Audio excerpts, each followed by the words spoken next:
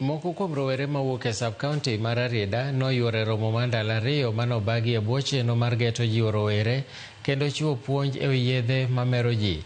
Kowuoyo e chenrono manota e yor adhula, jataa tije Walter Okello ne ojiwo ber ma tukego kowacho ni mano en yo mar gero rowere ma bende tukego kowacho ni ok ger kido maber kende to nyalo kelo kata mana yuto.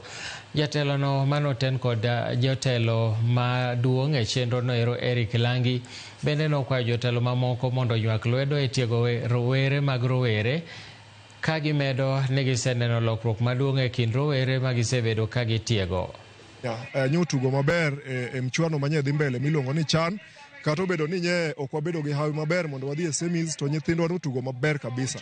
Mae nyiso ni sani weche mag tuke, talent en gino machudo maber, kendo awadwa ni mondo wa encourage nyithiwa kata mane kor gweng' ka mondo omak weche mag talent motegno kabisa. Omiyo waloso negi nyasi ni. Okello mentorship program gima watimo en ni wan gi vision mar creating leaders. To kwa wacho leaders kata jatelo, wamin ni ng'at moro ma onya rit kaka kor rawere nya ritri kendi to community maribe irito maber.